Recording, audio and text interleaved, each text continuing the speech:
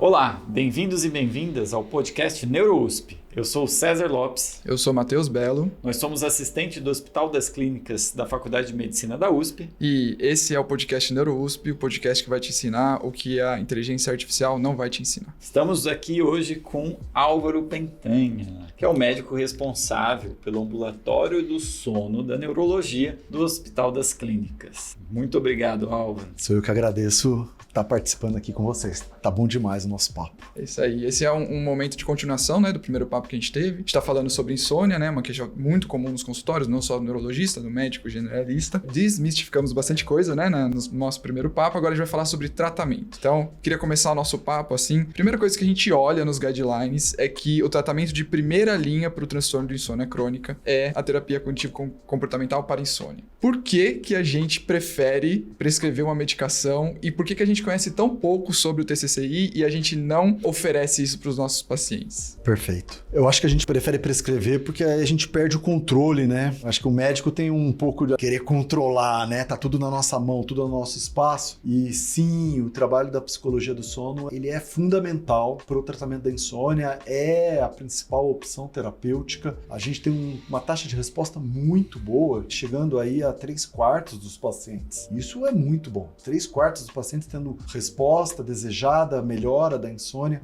com o trabalho de psicologia do sono. E eu vou usar o termo psicologia do sono e não TCC para insônia, né? Terapia cognitivo-comportamental para insônia. Por quê? Porque eles não usam única e exclusivamente terapia cognitivo-comportamental para insônia. Eles também usam técnicas, por exemplo, tem muito estudo agora surgindo de uma técnica chamada aceitação e resiliência, o ACT, que eles têm usado bastante, o pessoal da psicologia do sono. Muitos psicólogos do sono, muitos estudos analisando a resposta com o trabalho de psicologia do sono para tratamento da insônia conforme personalidade do paciente, como por exemplo transtornos de personalidade, pacientes com transtorno de personalidade borderline, pacientes com transtorno de personalidade narcisista. Então, estratégias para você ver como adaptar para essas condições que é comum esses transtornos de personalidades terem insônia. Por isso que o psicólogo, a formação é um psicólogo que faz uma formação específica para sono que não tem no Brasil. A gente está sem curso formador oficial, com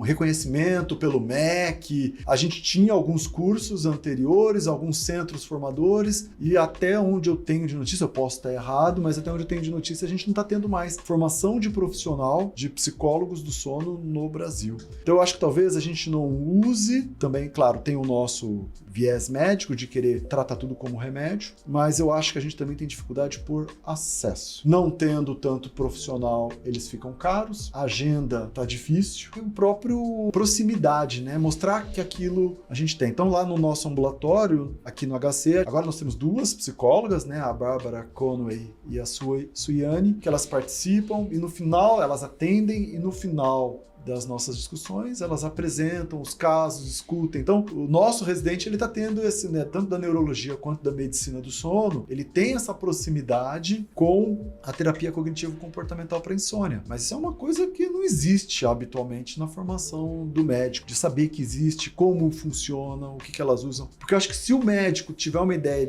do que eles fazem, do que o psicólogo do sono faz, talvez a gente tenha mais segurança de poder prescrever e usar. Acho que esse é o principal uso das psicólogas do sono com a gente lá no ambulatório. Você já deu a deixa aí, então explica pra gente como funciona de forma mais simplificada, porque parece, eu vou mandar meu paciente pro psicólogo, ele vai estar achando que eu tô mandando ele ir falar da infância dele. Explica pra gente, desmistifica um pouco pra gente. Meus pais, né? Como foi minha infância? Tipo, nossa, eu não tô dormindo, não. Você achou que eu tenho um problema emocional, né? Desmistifica isso, né? Perfeito, César. Sua pergunta foi ótima, porque os pacientes falam, mas eu não tô deprimido. Eu falo, não, calma. E uma coisa que é importante, né? Antes de eu falar sobre a psicologia do sono, eu pergunto, você faz terapia? Se o paciente disser, não faço, eu falo, tá bom, perfeito. Se ele chegar e falar assim, eu faço terapia, eu falo, então, primeira coisa, Existe uma estratégia de tratamento que hoje é considerada a melhor estratégia de tratamento como resposta e cuidado de longo prazo, né, de manutenção da resposta, que é o trabalho de psicologia do sono. E eu falo sim, você faz terapia, mas ele não vai influenciar na sua psicoterapia, não é para você parar o seu trabalho de psicoterapia e fala pro seu psicoterapeuta ficar tranquilo que ela não vai roubar você de você, vai roubar você dela. Você vai continuar esse cuidado. O trabalho de psicologia do sono, ele é estruturado, ele geralmente dura de 8 a 12 sessões semanais, então nós estamos falando aí de 2 a 3 meses, em que o psicólogo do sono vai inicialmente tentar entender a dinâmica de sono dessa pessoa, tentar entender a dinâmica de vida. Claro, ele tem que entender como que é a sua vida. Lembra que eu falei para você da anamnese, que eu tento buscar como é a dinâmica familiar ainda na identificação do paciente, porque isso influencia no ambiente de sono dessa pessoa. Então o psicólogo do sono, ele vai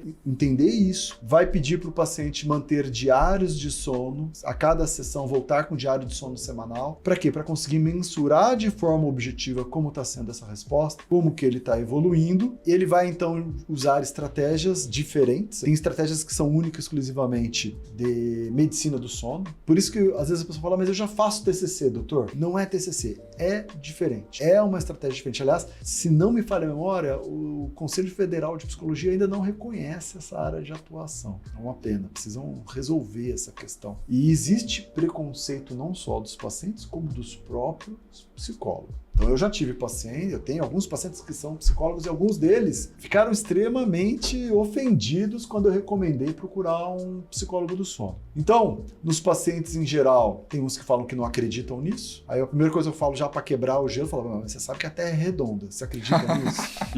Vamos continuar.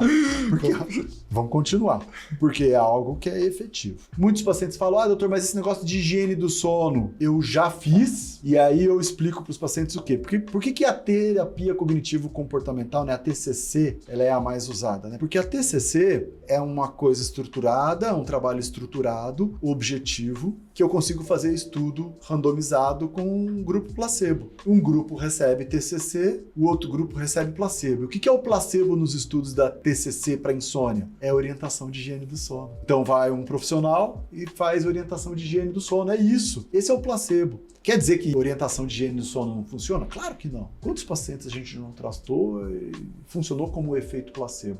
Vários. Mas a higiene do sono é usada como placebo. E aí a gente vê que a terapia cognitivo-comportamental para insônia funcionou melhor do que simplesmente a orientação. Então eu explico isso para os pacientes também. E por fim, os pacientes não acreditarem, a gente tentar desmistificar esse medo do psicólogo.